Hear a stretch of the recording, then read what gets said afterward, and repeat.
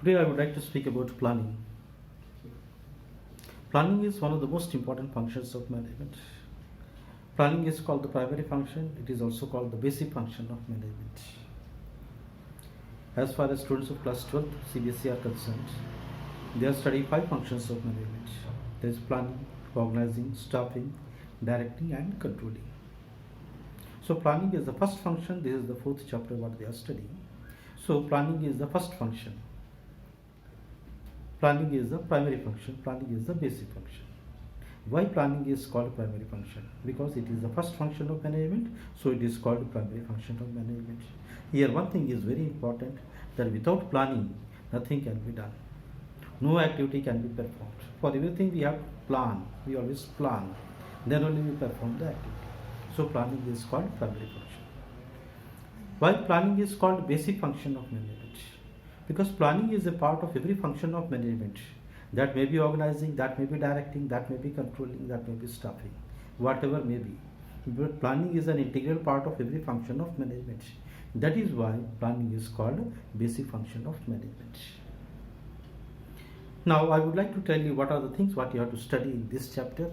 After that I will discuss 1 or 2 topics.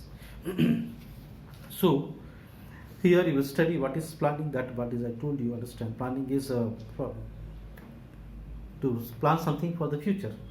Planning is to decide in advance what we have to do in the future. Planning is setting the goals and laying down the course of action to achieve those goals in the future. So planning, we studied that planning bridges the gap between where we are and where we want to go. Where we are means we are in the present. Where we want to go means to the future. So planning helps to connect the present with the future. You have set your goals for the future, then planning will help you to achieve those goals of the business, those goals of your enterprise. That is what is called planning. Then what all things you have to study in this chapter, that is characteristics of planning is there, then importance of planning, then limitations of planning, then one important topic is that is called steps in planning process. This I will explain today. And we have seen that different types of plans are also there. So all these things you have to study. In my later videos I will tell you what are the important topics which you have to study for the better securing of marks.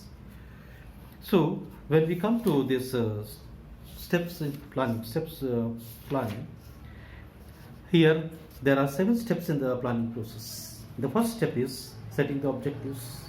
The second step is developing premises. The third step is identifying alternative courses of action. The fourth step is evaluating alternative courses. Fifth one is selecting an alternative. Sixth one is implementing the plan. And seventh one is follow-up action. So these steps, when you study in sequence, you will be able to understand them properly. And I will explain these steps in brief. The first step is like setting the objectives. Here we need to understand that every business has got its own objectives, its own goals.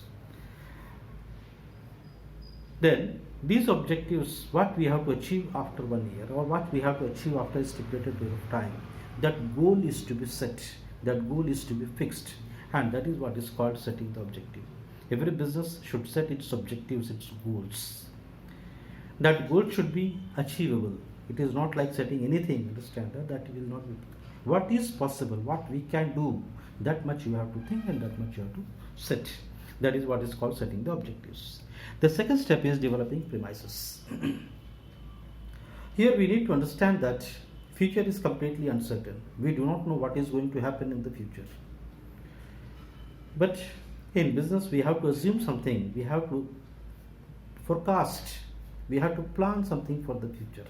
And here developing premises, that completely depends upon assumptions and forecasts. So assumptions made about the future on the basis of which plans are made is called you are developing premises. We have to assume something, this is going to happen, and we have to plan, we have to make our plans according to that assumptions. That is what is called developing premises. And this forecast play very important role in business. Every department prepares forecasts, and on the basis of forecasts only these plans are made or this primary and secondary plans are made. Then the third step is identifying alternative courses of action. Here we have to explore what are the different possibilities, what are the different ways by which the objectives can be achieved, because there are more than one, more than two, more than three, some different alternatives are available by which you can get your objective, by which you can achieve your objective or fulfill your goals. So you have to explore what are the different possible alternatives that is available. The fourth step is evaluating alternative courses. Once you have identified what are the different alternatives, you have to evaluate what are the positive points and what are the negative points of each alternative. That is very important. After identifying which alternative has got more positive points, which alternative has got more negative points, we will see what can be done. Then the fifth step is selecting an alternative. After identifying, after locating, after studying what are the different positive and different negative points of every course of action, we will select that one best course of action which is suitable to our organization, which is having more positive points for our business, which is more suitable to our business. That we will select, and that is what is called selecting an alternative. Then we come to the sixth step, that is implementing the plan. Implementing the plan. You have made the best plan, but the plan can be successful only when it is implemented properly. So proper implementation of the plan is very, very important. You have developed the planning premises, you have developed various plans, you have selected the alternative. Now you have to implement the plan very effectively, very properly. Otherwise, you will know your plan will fail. Your goals cannot be achieved. Then the seventh one is, after implementing the plan, it is necessary that you should have a follow-up action. After regular intervals, you have to see how much your plan is working, whether the goals of the stipulated period are achieved or not, whether the plan is going according to the action, work is going according to the plan, working is going according to the set objectives or not. That is what you have to see, and that is what is called follow-up action. So I hope, dear students, you have understood what are the steps in planning process. In my next videos, I will come with some other important topics. Thank you.